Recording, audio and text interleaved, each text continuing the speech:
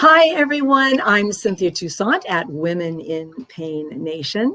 And today I am going to be doing a hot take interview. These are bite-sized conversations that with women in pain and pain experts that speak to the lived experience of those of us with chronic pain. So today I am going to be talking with Matthew Michael Ross and Katie O'Leary. Matthew Michael Ross is an award-winning indie filmmaker based here in Los Angeles. That's where I am. And Katie O'Leary is a woman in pain, a comedian, and aspiring artist, also based in Los Angeles. So we've got a theme going here. Okay, what brings these two wonderful human beings together is the film Invisible, which has a main character with a chronic pain disease, complex regional pain syndrome, or CRPS. And I also want to mention that this film is the recent Grand Prize Best Feature winner at the Marina del Rey Film Festival. So all of that being said, welcome Matthew Michael Ross and Katie O'Leary. There you are. So good to see you both. Thank you for being here and sharing this wonderful film with us. Yes, wonderful to have you. So first of all, big congratulations on your big award. And I'm wondering how that felt. Katie, I see you smiling. How that felt to both of you to be validated by not only the film community, but really the pain community as well. Well, it was a surprise. That's always the first thing. I've been to a lot of award ceremonies, and then the winner goes to someone else. Yeah. And so you kind of get used to that. I remember when I was at Cannes, we were the first nominated film, and immediately we sat down and we had already lost, so we had to sit through the whole thing. So I kind of feel bad for the people at the award ceremonies that get the first award. But it was just amazing, and I was just so happy for my crew and my cast and for the pain community in general, just to recognize a film like this that I feel came from the heart and came from real experiences, and it was a real pleasure. Yeah, I'm thankful and grateful. That's wonderful. And what about you, Katie? Yeah, I mean, it was truly one of the most amazing experiences I've ever had as somebody in this community. Like when it was announced that we won, Matt's wonderful partner, Sarah, called me to let me know, because I was just absolutely flabbergasted and just so honored. And it was truly something I just never expected, like, for that to happen. But the fact that it did, it's such an honor. And, and just working with Matt and getting to do this with Matt has been a dream come true, honestly. Wow, all good things. This is wonderful. So, Matthew, what inspired you to make Invisible? Oh, yeah, the big question. It is a big question, because you're lucky enough to make a film that that comes from your heart. A lot of filmmakers, they make films to make money. They make films because somebody is producing something and they want this kind of comedy, or they want a horror film. Invisible came from, unfortunately, a tragic thing for me, which was I lost a friend to drugs and alcohol, and I didn't know how to help this person, and I felt extreme guilt and pain, thinking that there was some way that I could have helped him. And so through therapy, I realized that I had to write this film, and that's all I was doing, was just writing it for the purpose of catharsis and dealing with my own pain. And then when I started showing it to people, the script, and Katie was part of the writing of it with me. Once I started showing it to people, it became like a critical mass of, you've got to make this film, and that's what happened. Wow, yeah, so really a labor of love here. I love that. Yeah, I think those are the best films. Yeah. Without giving too much away, what is the film about? Simply about a guy searching for his dear friend, who he lost to drugs and alcohol, trying to find out where he went, meets this wonderful girl, Heather, who just happens to be suffering from CRPS. And he finds out about what invisible illnesses are and starts to understand the concept of invisibility with regard to his friend, invisible pain, depression, drug addiction, homelessness. Right. Yeah. And really too, I feel like that our female character, Heather, she's truly like the heart of this film. Like, she has so much compassion and love and care for people, especially, it's, the movie is set in California. We don't specifically say, but I feel like in a way it's an indirect love letter to California, to those who are suffering. And honestly, the way that Matt wrote this script is why I became so interested in being a part of it, because he had the wherewithal and the humility to write characters who were flawed, but who were more than their flaws. And being part of the chronic pain community, we always feel bad that we can't do the things we love to do, or that we can't live to our full potential. And with this movie, like, I believe that one of the biggest takeaways of this film is that you are not the sum of your pain. You are more than that. You are deserving of love. And honestly, that's why, like, I wanted to be a part of this project. Wow. And in regard to, I can't remember exactly how you said it, but the protagonist is flawed. I mean, who likes a perfect protagonist? Yeah. I mean, that's boring, right? I mean, it's so realistic. And you can see how Katie's way of seeing the world inspired me to make Heather such an important part of the film, because it takes that understanding of humanity and that understanding of pain, because in a way I didn't even understand my own pain, and I suffer from an invisible disease also. I suffer from CMT, which is a neurological disorder that I was born with. It's hereditary. It affects my hands and my feet. I used to be a really amazing guitar player. I can barely play guitar anymore. But Katie made me understand the concept of invisibility, and I never really understood that before. And a lot of people aren't open to understanding that. And that's what's beautiful, is that you were, and I love that you did the narrative therapy. I'm a writer, so I understand that completely. And that you took it further and made the film, that you listened to your heart and you listened to other people, what they were saying to you. So I do want to know more about you two working together to bring Heather, the main character with CRPS, to life realistically on screen. Is there more that you want to share?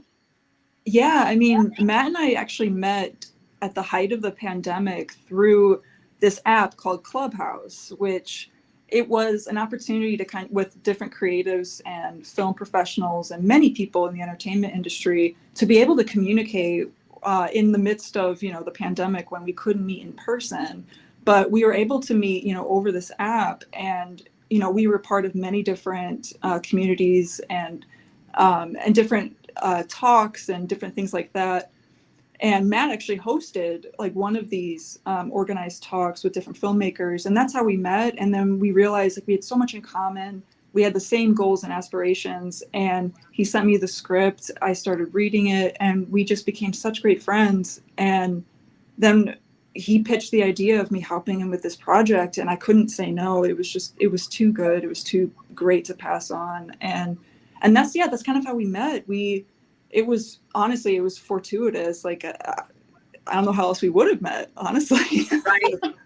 Well, so when you were making the film, Matthew, and you were working with the actor who played Heather, Katie, would you come on set or on location and work with her, or how did that go? And also, are you happy with how Heather, how that character came out in the film? I'm guessing you are, but how did that work? Yeah, I mean, so I was, at the time of filming, I was too ill to be able to go to set. But Matt was so great he really wanted this character to be a representative of the women in pain community and those with CRPS.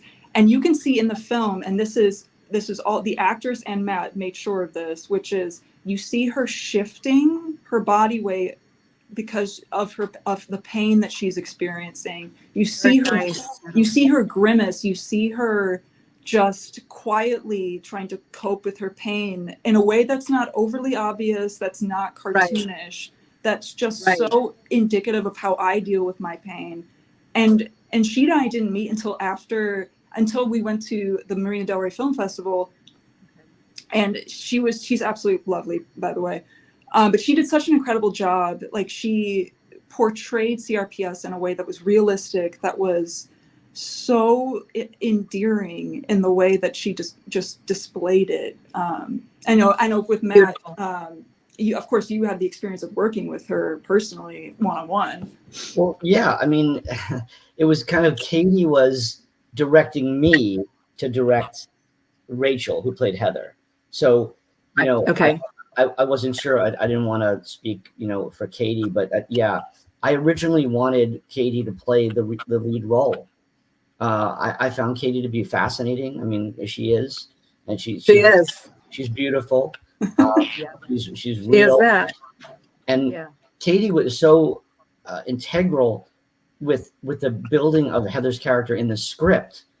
It was all about honesty. It was all about, you know, and I couldn't do that without her. So when we got to shooting the film, I had already been, you know, just asking Katie everything about, like, what does it feel? How does the arm move? How does this, you know, and we had met in person a bunch of times. And so I was just gleaning everything I could from her. And again, also from the pain community, she was reaching out to them and asking questions on my behalf, you know, and, you know, I was making sure that this was absolutely true, or I wasn't going to shoot it. That was absolute. That's impressive. I love hearing that.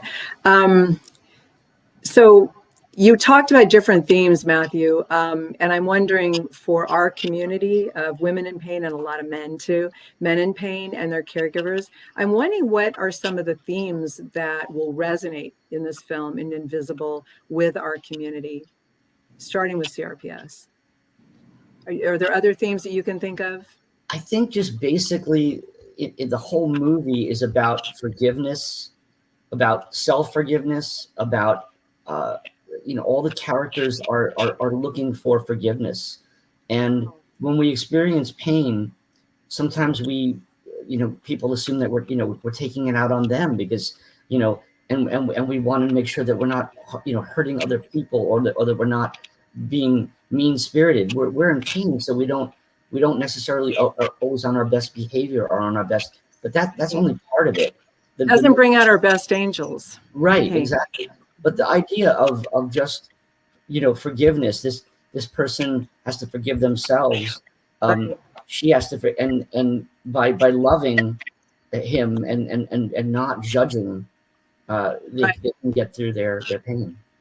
We have to forgive our bodies. Why did our bodies get sick? And we know so much about childhood trauma now leading to chronic pain, also leading to addiction and leading to mental illness. I know these are all themes, sort of characters in this film.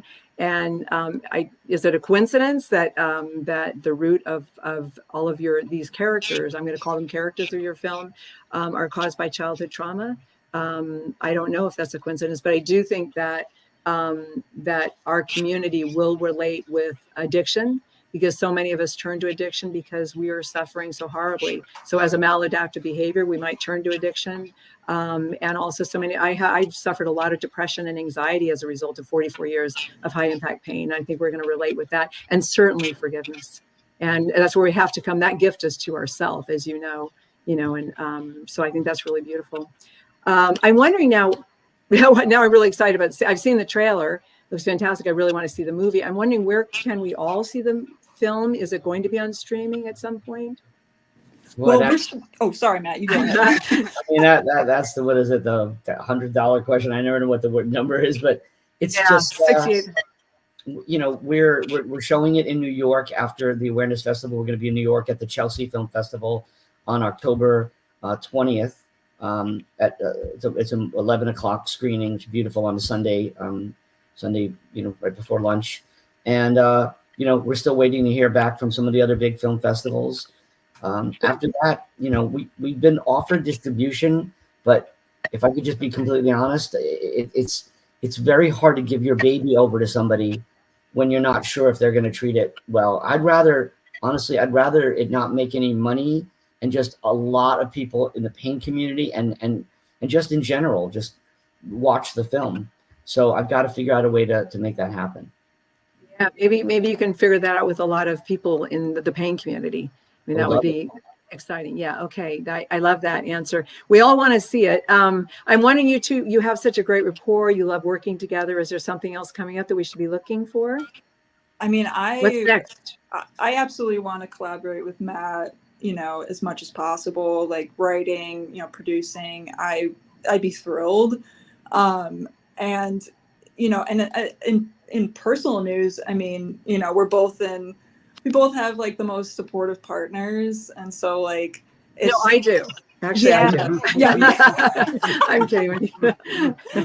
And sorry, Katie. Oh no, you're fine. I mean, it just makes it makes it so much easier to work with somebody, not just professionally, but personally, when there's such a high amount of respect and kindness. Like for me, that's a personal mantra of like, lead with kindness and you can do anything pretty much. And with our working relationship, I really do see us collaborating, working together for many years to come. And Matt's got, a lot of projects that he's working on right now. Most of which like sound incredibly exciting. Like, not to put you on the spot, Matt. No, I mean, I love Katie. Working with her, I love her as a person. So any chance that I could work with her, I would absolutely love that. You two will find it. If anyone who says leading with kindness, you gotta love. I'm sorry, Matthew. It's true. It's true. It's true. I hope I get to see this film. I'd really like to see Invisible. I'd like our whole community to see it. So we all have to figure that out. And I would like to say one thing. It is a it is a narrative. It's not a documentary. It is fictional, and it has a bit of a thriller element to it too. So I don't want people to think it's some docudrama or something about pain. It's a very No, I know. I saw the trailer. I'm like, whoa, yeah. It surprised me because I did think it would be a documentary, and it just looks really good. I want to see it. I'm looking forward to seeing it. Maybe Katie and I will do a documentary in the future. I don't know. I'd be up for it. Anything. I'd be up for it too, honestly. It's funny. I've been posting about the film in our various Facebook groups, and many people have reached out to me asking if I'll be doing a documentary on this subject. And I mean, honestly, I'd love to be a part of something like that. Same here. So see what happens at Women in Pain Nation. I'm excited about this. I'm excited about the film. Thank you both for being here. Matthew Michael Ross, Katie O'Leary. Thank you for telling us about your wonderful film, Invisible. And I'm really excited about it. So much love to you both. Keep up the great work. And thank you, everybody else, for joining me here today on this hot take interview. And thank you to John Garrett for producing. In the comments below, let me know if how you're going to see Invisible, or if you have an idea how to get it distributed in a way that we can still keep it all about kindness and forgiveness. And these filmmakers don't have to sell out because they're not going to, obviously. And then also tell me about other films that helped you explain your invisible illness experience and who you saw them with, because Matthew Michael Ross, Katie O'Leary, and I are just three minds that inquiring minds that want to know. I knew that was somewhere. Okay, thank you, everybody. Signing off for now. Cynthia Toussaint, Women in Pain Nation. Sending so much love to everybody, and see you really, really soon. Bye-bye.